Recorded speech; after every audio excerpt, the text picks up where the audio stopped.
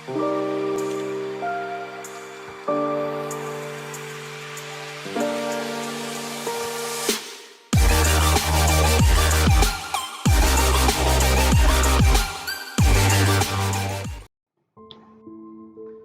Assalamualaikum warahmatullahi wabarakatuh dan selamat sejahtera. Bersua kembali kita untuk sama-sama mempelajari subjek reka bentuk dan teknologi untuk tahun 5 di bawah unit 2 iaitu aplikasi reka bentuk teknologi kejuruteraan. Kita masih lagi berada dalam standard kandungan 5.1 iaitu reka bentuk produk menggunakan tenaga boleh baharu.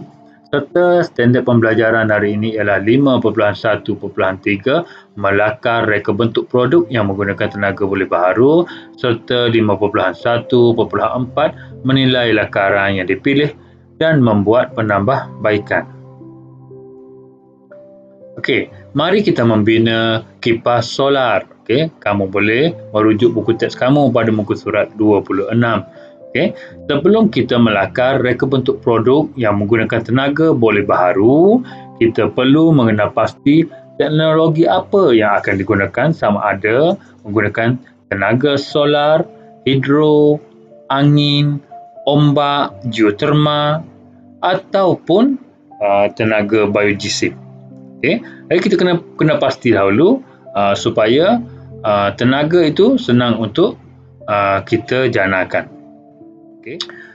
Okey, bagaimanakah kita boleh menggerakkan kipas dengan menggunakan tenaga boleh baharu?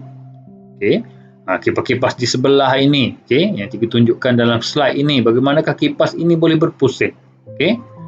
Jadi kita boleh menggunakan panel solar untuk menukarkan tenaga daripada cahaya matahari kepada tenaga elektrik yang disambung pada motor.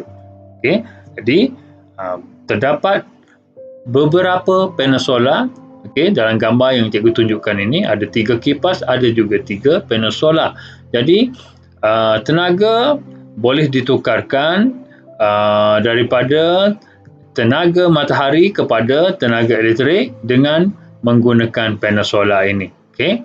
Jadi tenaga yang tersimpan dalam panel solar ini akhirnya akan menggerakkan motor dan seterusnya akan menggerakkan bilah kipas.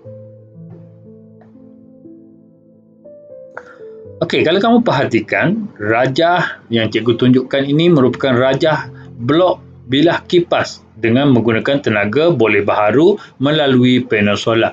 Okey, beginilah sebenarnya sistem ini berfungsi. Okey, di mana kalau kamu perhatikan dalam rajah-rajah yang cikgu tunjukkan ini, okey, daripada cahaya matahari, okey, panel solar ini mendapat tenaga. Okey, kemudian tenaga daripada panel solar ini akan menggerakkan motor, memusingkan motor apabila switch dihidupkan.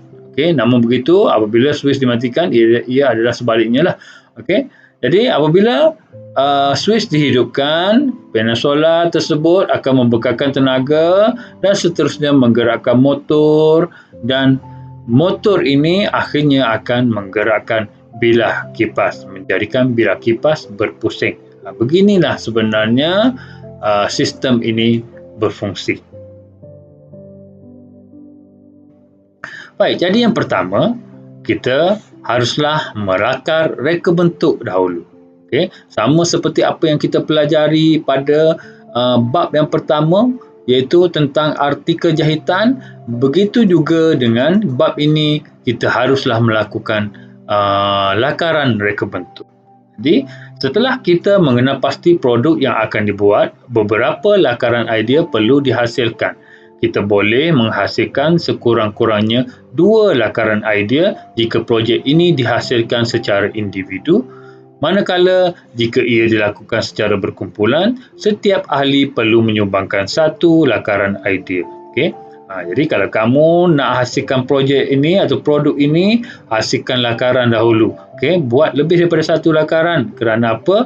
Kita boleh memilih lakaran yang terbaik. Okey. Namun jika ia dilakukan dalam bentuk kumpulan, maka beberapa lakaran perlu dihasilkan bergantung kepada jumlah ahli dalam kumpulan kamu. Baik, dalam kita melakar reka bentuk, Murid-murid harus membuat lakaran secara bebas dan memasukkan maklumat yang lengkap pada lakaran yang dibuat. Okey, murid perlu menyimpan bukti lakaran untuk pembentangan akhir. Okey, perlu diingatkan lakaran yang dibuat hendaklah secara bebas dan tidak menggunakan pembaris. Lakar saja mengikut cetusan idea kamu. Kemudian segala maklumat yang diperlukan perlulah diletakkan secara lengkap pada lakaran yang dibuat. Okey, contohnya bahan apa yang kamu hendak gunakan, kemudian ketinggian produk tersebut ataupun kelebaran produk tersebut kamu nyatakan terus dalam lakaran tersebut supaya maklumat yang diperoleh pada lakaran tersebut ialah maklumat yang telah pun lengkap. Okey, mari kita tengok lakaran yang pertama.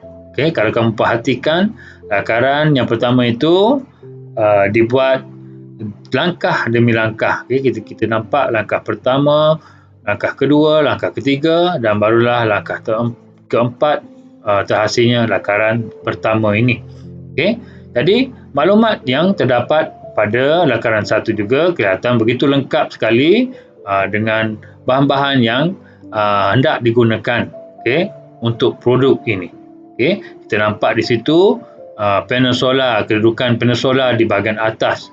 Bilah kipas dan juga motor pada bahagian hadapan, bot infra serta bot lekat, diikuti suis dan ketinggian serta kelebaran untuk produk ini. Jadi kalau kamu masih belum mengetahui bagaimanakah rupa bentuk bot infra, kamu boleh tengok gambar ini. Ini ialah bot infra dan ini ialah bot lekap atau kita boleh panggil sebagai mounting board. Itu ialah lakaran yang pertama. Mari kita tengok pula lakaran yang kedua. Kalau kamu perhatikan terdapatnya perubahan yang besar ataupun lakaran idea ini berbeza dengan lakaran idea yang pertama tadi. Langkah demi langkah juga dilukiskan lakaran ini membentuk lakaran pada langkah yang keempat ini. Nampak bentuknya seperti segi tiga, berbentuk seperti sandwich. Kamu boleh perhatikan maklumat juga diletakkan dengan lengkap. Kita ada bot infra, panel solar, batang aiskrim untuk bahagian tapaknya, suis, bot lekap, kedudukan bilah kipas pada sebelah tepi, belah kiri, diikuti motor dan juga ketinggian serta kelebaran untuk lakaran yang kedua ini. Nampaknya idea ini berbeza berbanding cetusan idea pada lakaran yang pertama tadi. Kita tengok pula lakaran berikutnya. Diikuti pula dengan lakaran yang ketiga. Kita tengok langkah yang pertama, langkah kedua, langkah yang ketiga dan juga langkah yang keempat untuk lakaran yang ketiga ini. Lakaran ini juga berbentuk segi tiga, namun perbezaannya juga jelas ketara berbanding dengan lakaran yang pertama dengan lakaran yang kedua itu tadi. Baik. Jadi kita nampak juga kedudukan bahan yang akan digunakan pakai untuk projek ini serta berdasarkan maklumat-maklumat yang telah lengkap disertakan pada lakaran yang ketiga ini. Baik, bahan-bahan yang digunakan adalah masih sama dengan bahan yang digunakan pada lakaran yang ketiga, lakaran yang kedua.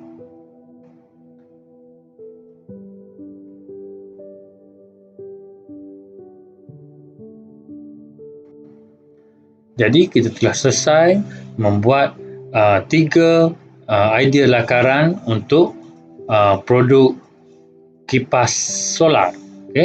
Jadi yang seterusnya ialah kita haruslah memilih lakaran yang terbaik. Kita hendaklah memilih satu lakaran atau menggabungkan beberapa ciri yang terdapat dalam lakaran idea. Gabungan ciri yang terdapat pada lakaran 1, 2 dan 3 boleh dijadikan sebagai lakaran terbaik. Maksudnya menggabungkan lakaran 1, lakaran 2 dan lakaran 3 membentuk satu lakaran lain yang dikategorikan sebagai lakaran yang terbaik. Okey, ini ialah lakaran terbaik, itu gabungan antara lakaran 1, lakaran 2 dan juga lakaran yang ketiga. Okey, jadi kalau kamu perhatikan bentuknya agak berbeza dengan bentuk-bentuk daripada idea lakaran 1, 2 dan 3 kerana ia ialah gabungan antara lakaran-lakaran tersebut. Okey, kalau kamu perhatikan bila kipas telah diletakkan pada bahagian hadapan, okey, namun begitu panel solar masih lagi diletakkan pada bahagian atas. Okey, diikuti dengan maklumat yang lengkap yang telah disertakan pada lakaran terbaik ini. Okey.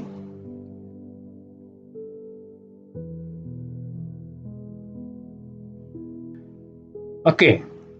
Setelah itu, kita haruslah menilai lakaran dan membuat penambahbaikan. Okay. Sebelum menjadikan lakaran terbaik sebagai panduan menghasilkan projek ataupun produk, lakaran tersebut perlu dinilai terlebih dahulu dan dibuat lagi penambahbaikan. Okay. Jadi, kita akan menjadikan lakaran terbaik tadi, iaitu gabungan antara lakaran 1, 2 dan 3 tadi sebagai panduan. Okay. Kemudian, kita perlulah menilai kembali lakaran terbaik itu untuk kita buat penambahbaikan. Okey, mari kita tengok apakah yang perlu kita nilaikan. Baik, jadual menunjukkan contoh penilaian terhadap lakaran terbaik yang dihasilkan untuk kita membuat penambahbaikan. Okey, kita tengok kepada 4 elemen ini, iaitu rupa, ruang, saiz dan juga nilai, dan juga kita tengok kepada kesesuaiannya, adakah ia sesuai ataupun tidak sesuai. Jika ia tidak bersesuaian, kita haruslah membuat sedikit catatan dan perlulah membuat penambahbaikan terhadap produk yang kita hendak hasilkan nanti. Okey, sebagai contoh, rupa, reka bentuk dan kedudukan bilah kipas, suis dan panel solar. Okey, dia nak ubah kedudukan suis ke bahagian tepi projek. Okey, nak ubah suis, okey, tak sesuai. Suis berada di kedudukan itu, dia nak suis berada di bahagian tepi. Okey, tak apa, kita tengok sekejap lagi. Okey, manakala daripada segi ruang dan juga nilai, ianya bersesuaian. Okey, manakala daripada segi saiz bilah kipas dan saiz panel solar perlu dibesarkan saiz board infra dan juga saiz bilah kipas agar hasil projek lebih berkesan. Okey, kerana ia tidak bersesuaian. Okey, mari kita tengok hasil terhadap penilaian ini dan juga lakaran terbaik yang telah dibuat penambahbaikan. Baik, maka inilah lakaran terbaik yang telah ditambah baik tadi. Okey, inilah hasil lakaran yang telah dinilai dan ditambah baik. Okey, di mana selepas dibuat penilaian tadi, kita telah pun mengubah kedudukan suis daripada bahagian hadapan ke bahagian tepi. Okey, manakala bilah kipas juga telah dibesarkan saiznya sedikit, okey, untuk membolehkan udara yang lebih baik dapat dihasilkan. Okey, ini ialah lakaran yang ditambah baik.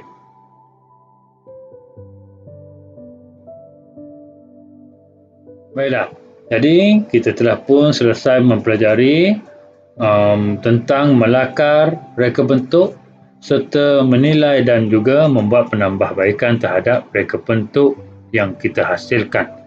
Okey, jadi cikgu rasa cukup sampai di sini saja pembelajaran kita pada minggu ini. Kita berjumpa lagi pada pembelajaran yang akan datang pada minggu yang akan datang nanti. Okey.